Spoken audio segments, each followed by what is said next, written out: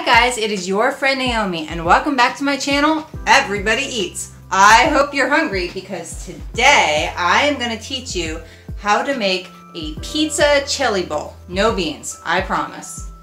Now, I'm going to be honest with you, my crew asked me to make this as part of our camping week at work and to do it as a camping recipe. But my idea of camping is a crock pot in a econo lodge.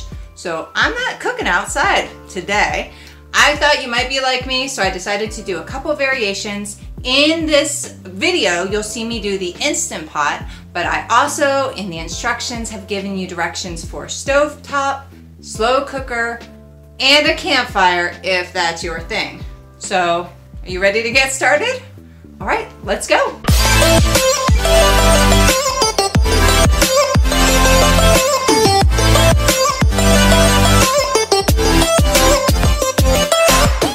Okay, now as I go through this recipe, I'm going to tell you the different ingredients you need for each step.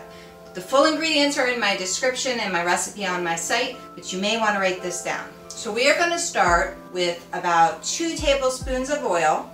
I am using olive oil today. About a cup of onion. If you can't do onion, you can do chives. About a cup of green pepper. Now, if you hate green pepper, just grind it up really, really fine. You do not want to leave it out of this recipe. It's important to the flavor. A 6-ounce can of tomato paste and a couple cloves of garlic. Maybe between 2 and 4, depending on how garlicky you like it. Once again, allergic to garlic, leave it out. We are going to take and set our Instant Pot on saute.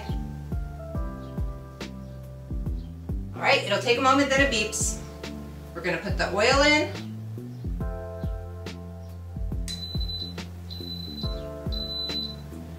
And we are going to heat the oil until it begins to shimmer. Now, if you're doing this in a Dutch oven outside or in the stovetop, the step is the same. If you are doing this in a crock pot, you're going to need to do this step first in a pan and then transfer everything to the crock pot. Okay? Same thing with the next step. So this is getting hot and we are going to add our green peppers and our onions at the same time.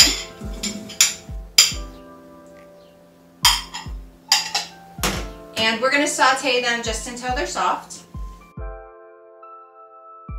That's going to take between 2 and 5 minutes depending on how hot your Instant Pot or pan or Dutch oven is.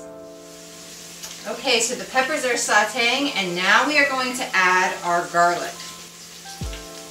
You don't have to be super precise about this. Garlic is not perfect. But a couple cloves. And we are going to add our 6 ounces of tomato paste. All right, and we are going to saute that, to mix it all up, get it nice and sauteed for about a minute or 2. That really helps develop the flavor of the tomato paste and really makes this good.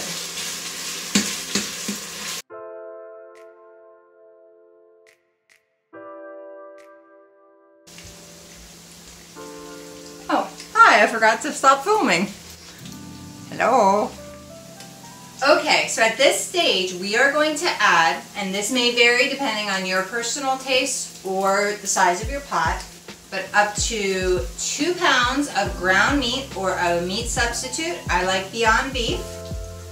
And 2 pounds of Italian sausage or, again, a substitute. I like Beyond Meat.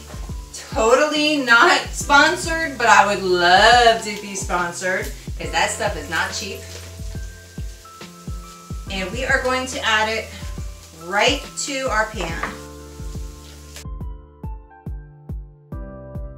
And yes, it is a lot of meat or meat substitute, but we're not using beans, so it's high in protein. If your sausage substitute comes with casings, make sure that you get the sausage out of the casing, just loosen it. If not, you can just crumble it right in. For the record, I don't like slimy textures.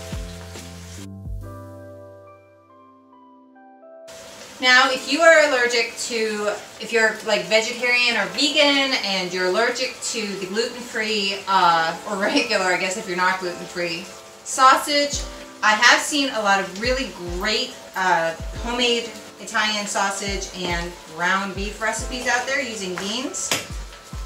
You might want to try that, but then I guess it wouldn't be a bean-free chili, would it? Alright, we are going to let that saute and we're going to stir it and brown it until it's cooked, which for real ground beef might be like 10 minutes, 5 minutes, somewhere like that, depending on the method you're cooking. And for the vegetarian vegan ground beef substitute will be probably 2 to 5 minutes. Okay, so our ground beef or meat mixture has had a chance to brown and cook. And now we are going to add 28 ounces of diced tomatoes. I mean, it is chili, right? So we need some texture. 28 ounces of crushed tomatoes. Don't use tomato sauce, use crushed tomatoes. A tablespoon of oregano. A tablespoon of Italian seasoning. We're just going to go ahead and dump those in. Now, your Instant Pot will be really full. If you're using an Instant Pot, Dutch oven, or crock pot, don't worry about it. You'll have enough room. But if you're nervous, remember you can reduce the amounts of the meat if you want. Now at this point, your mixture will be very thick.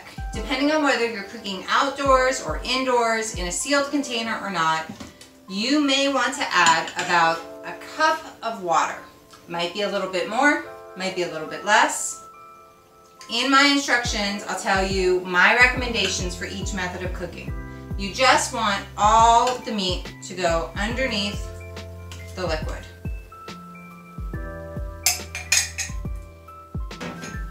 And now we're going to put our lid on. We're going to lock it. This sometimes bites me, so I'll apologize in advance if it does.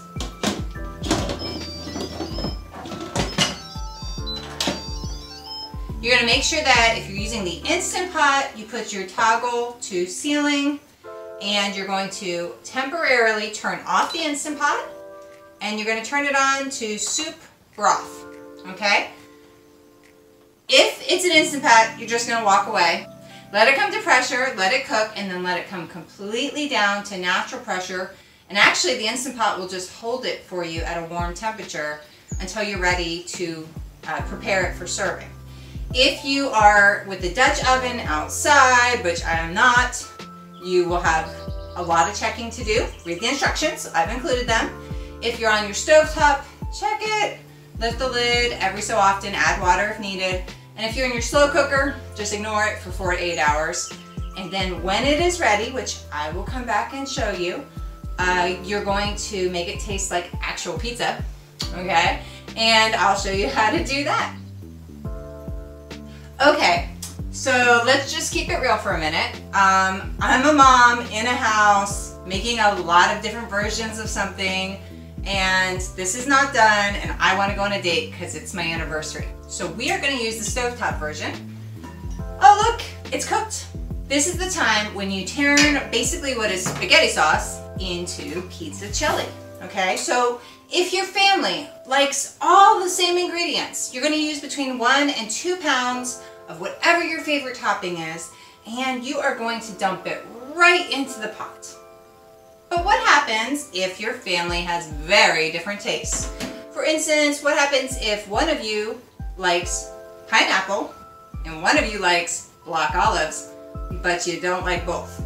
Well, I would suggest that you serve up your chili in individual, lay out your toppings like a topping bar, and let people top it with whatever they want. My son likes it all.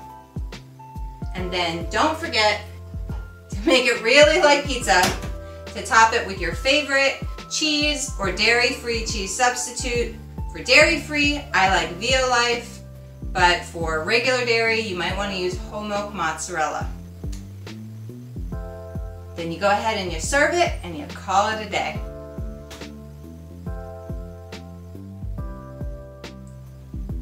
And if you want to round this out, I do have a recipe for homemade pepperoni twists or homemade cheesy garlic biscuit sticks.